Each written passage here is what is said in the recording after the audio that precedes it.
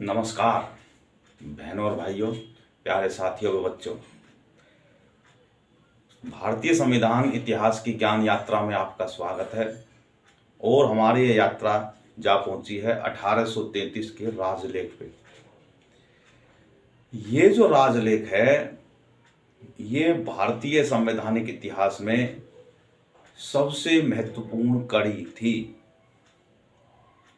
वो क्यों थी? क्योंकि इसने भारत के संवैधानिक इतिहास में अनेकों महत्वपूर्ण परिवर्तन किए। इस राजलेख से जो ईस्ट इंडिया कंपनी की जो मोनोपोली थी, एकाधिकार था, वो समाप्त हो गया। अब उसको जो 20 साल की एक्सटेंशन मिली थी, वो अवधि समाप्त हो गई। उनको कहा भाई आप शुद्ध रूप से राजनीति करें, व्यापार कोई भी ब्रिटिश नागरिक यहाँ पे आके कर सकता है। जो चीन की और चाय और अफीम के मामलों में जो उनको एक अधिकार मिला था, वो भी समाप्त हो गया। और पूरे भारत को, जो ब्रिटिश भारत उन्होंने जो भी अपने नियंत्रण में ले रखा था, बंगाल, बिहार, उड़ीसा और कलकत्ता और मद्रास की जो प्रेसिडेंसी का जो एरिया था, वहां अब वो केंद्रीकरण कर दिया गया। उसका केंद्रीकरण कर दिया गया इस राजलेख के माध्यम से। और संपूर्ण भारत का जो ब्रिटिश भारत था, उसका गवर्नर जनरल बना दिया गया। जो पहले बंगाल का गवर्नर जनरल होता था, वो उसका नाम बदल के रख दिया ब्रिटिश भारत का गवर्नर जनरल। और वारेन हेस्टिंग्स की जगह पे लॉर्ड विलियम बेंटिंग जो थे, वो भारत के प्रथम गवर्नर जनरल बन गए। और वो संपूर्ण भारत का बन गया जो ब्रिटिश भारत था। और इसमें एक सदस्य और जोड़ा गया। जो 4 सदस्य की काउंसिल थी, उसमें एक सदस्य, विधिक सदस्य जोड़ा गया, जो विधिक मामलों में उनको सलाह देगा। और वे कौन आए? Lord Macaulay. वो व्यक्ति जिसने भारत के संपूर्ण शिक्षा तंत्र को और कानून व्यवस्था को कोडिफाइड किया, शिक्षा व्यवस्था में मैकाले मॉडल दिया। और वो शुद्ध रूप से क्लर्क बनाने का मॉडल था। उससे धार्मिक गतिविधि जो थी, जो भारत में धर्म की जो शिक्षा थी, धर्म एक विस्तृत विषय था। और गुरुकुल प्रथा जो थी वो खत्म हो गई। और ये मैकाले मॉडल के जो है ये चालू उन्होंने ही कराए थे। वो व्यक्ति भारत का पहला विधिक सलाहकार बन के आया। और संपूर्ण ब्रिटिश भारत के लिए वो कानून बनाने के लिए उनको परमिशन मिल गई, शक्ति मिल गई। और वो विधि ब्रिटिश संसद में जाती अनुमोदन होने के लिए। ब्रिटिश संसद को भी ये पावर मिल गई कि वो चाहे तो उसको रद्द कर दे, चाहे अनुमोदन कर दे, या डायरेक्ट सीधे ब्रिटिश भारत के लिए कोई विधि बना दे। इससे पहले जो भी यहाँ से लॉ बनते थे उसको विनियम बोलते थे। और अब ये जो भी यहाँ से बन के जाता वो अधिनियम कहलाया जाने लगा। ये बहुत बड़ी चीज कि उनको जो है विधायी कार्य जो है मिल गए। आगे इनको विधिक आयोग बनाने की शक्ति मिल गई कि अपने वहां पे विधिक आयोग बनाएं। और वहां के जरूरत को देखते हुए कि भाई किस किस पे हमें कोडिफिकेशन करना है, वो ये विधिक आयोग लॉर्ड विलियम, जो लॉर्ड मैकाले के नेतृत्व में ये कार्य करने लगा वहां पे। और सिविल व अन्य नौकरी के लिए योग्यता निर्धारित कर दी। और उसमें कहा कि धर्म जन्म स्थान, वंश और वर्ण के आधार पे किसी से साथ में कोई भेदभाव नहीं किया जाएगा।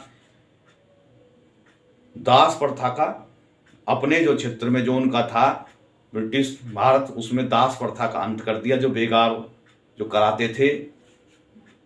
कहने का मतलब क्या है, वो ऐसा क्यों हो रहा था कि भाई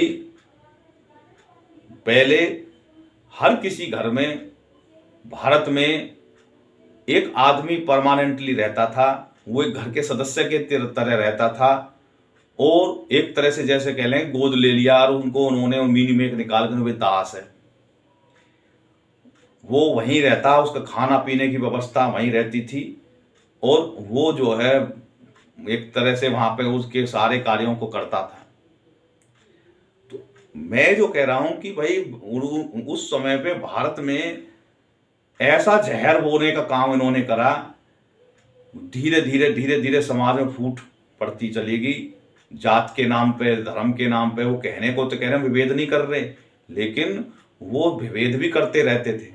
वो जानबूझ के ऐसे टकराव की स्थिति पैदा करते थे ताकि समाज में जहर घुले और ये फूट के तुम्हारे पास में आ जाए और तुम्हारी सेना में भर्ती हो जाए और कहो कि इनसे बदला लो।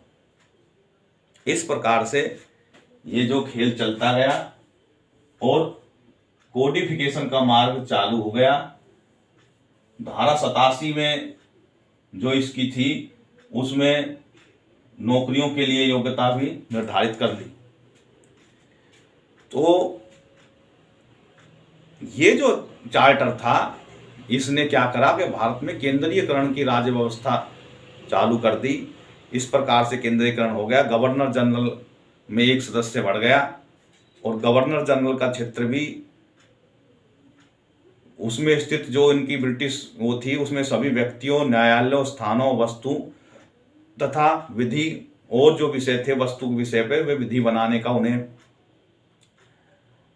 शक्ति प्रदान कर गई। मद्रास और बंबई को जो थे विधि बनाने की जो उनकी परिषद थी, जो सरकार थी, उनको विधि बनाने की शक्ति खत्म कर दी गई। यानी कि जो रेगुलेटिंग एक्ट 1773 ने काम करा था उसको इसने यहाँ के पूरा किया कि जो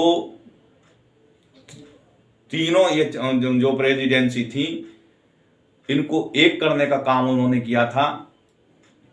उसने इनको पूरा किया और जो एक गवर्नर जो एक जगह का कहलाता था उसको संपूर्ण भारत का गवर्नर जनरल इन्होंने बना दिया। इस प्रकार से ब्रिटिश संसद को इस राजलेख के माध्यम से पूर्ण नियंत्रण हो गया। वो जैसी चाहे विधि भारत के लिए बना सकते थे और 1833 के राजलेख से पूर्व निर्मित जितनी भी विधि थी मैंने बताया था वो विनियम कहे जाते थे, परंतु अब इससे जो कोई भी वो बनती नियम बनते वो अधिनियम कहलाने जाने लगे। तो और यहां से जो विधि बन के जाती उसकी वैल्यू वही होती जो इंग्लैंड में बनी हुई विधि के बराबर उसमें वैल्यू कहलाती। तो यहाँ से यहाँ की जो लॉ बनाने की जो पावर थी उसकी वैल्यू ब्रिटिश संसद के बराबर हो गई और इस प्रकार से ब्रिटिश संसद की क्राउन की संप्रभुता भारत पे हो गई और सीधे सीधे भारत में विधि बनाने में हस्तक्षेप वो कर सकते थे और कोई भी फरमान उनका कानून बन के यहाँ इस चार्टर के शक्ति के माध्यम से यहाँ इस भारत में आ सकता था। इस प्रकार से ये उनकी राज्य सत्ता का मार्ग आगे बढ़ाने के लिए एक मील का पत्थर साबित हुआ और इस देश में केंद्रीयकरण करने के केंद्रीय स्तर पे यूनिटरी गवर्नमेंट बनाने के लिए भी मार्ग प्रशस्त हो गया और आगे भविष्य के लिए भी विधि आयोग बन गया और ये आयोग यहाँ की जरूरत के हिसाब से कोडिफिकेशन करने के लिए मार्ग प्रशस्त कर दिया उसने। तो इससे अगली वीडियो में 1853 का चार्टर हम बताएंगे। इस वीडियो में इतना ही। इस चार्टर ने भारत में ये करा कि फिर से बता दूं कि केंद्रीकरण कर दिया, कंपनी का जो ईस्ट इंडिया कंपनी का जो था व्यापार करने का एक अधिकार समाप्त कर दिया। सब तरह से चीन के में अफीम और जो चाय की उसमें भी वह बिजनेस को ख़त्म कर दिया। उन्होंने कहा शुद्ध रूप से राजनीति करो और व्यापार करने के लिए कोई भी ब्रिटिश का नागरिक यहाँ बिजनेस कर सकता है। आपको यहाँ पे हमारे जो है राजनीति में जो है आगे बढ़ाने में, सत्ता को आगे बढ़ाने में सहयोग की ज़रूरत है। एक विधिक मेंबर बनाया और जो गवर्नर जनरल बंगाल का था उसको पूरे देश का गवर्नर जनरल बना दिया। वारिंग हेस्टिंग्स को की जगह पे लॉर्ड विलियम बेंटिंग जो है वो बन गए गवर्नर जनरल। और उनको जो एक विधिक सदस्य और मिला सलाहकार के तौर पे वो थे लॉर्ड मकाले। और यहाँ पे विधिक आयोग बनाने के लिए भी इसी से ही परमिशन मिल गई और ब्रिटिश संसद को भी यहाँ के संप्रभुता मिल गई।